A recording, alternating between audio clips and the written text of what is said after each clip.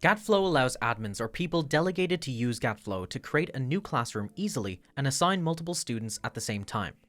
In this video, we'll show you how to do this. Begin by going to the Create Workflow section of GAT Flow. In the Workflow Type section, you should title the workflow according to your needs. For example, create a new classroom and assign multiple students at once. Now select Workflow Type and set it to Modify. Then click on Next.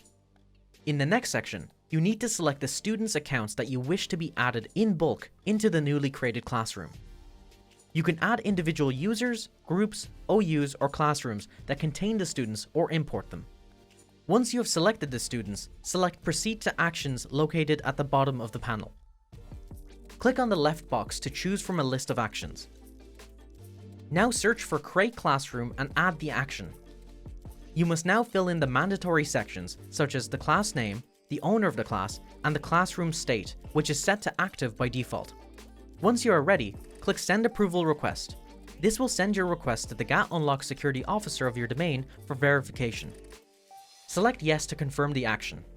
Your workflow can be reviewed anytime under the Workflow section in Flow.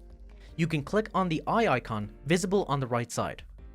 Once there, you can review the details, edit them, and/or save them as an action set template to be used at a later stage for future workflows. Once the workflow is approved and executed, you will receive a notification email that the process has been finished. That covers this GAT Flow how-to. Thanks for watching.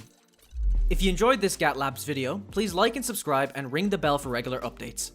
You can also get a free 15-day trial of GAT Plus by following the link in the description.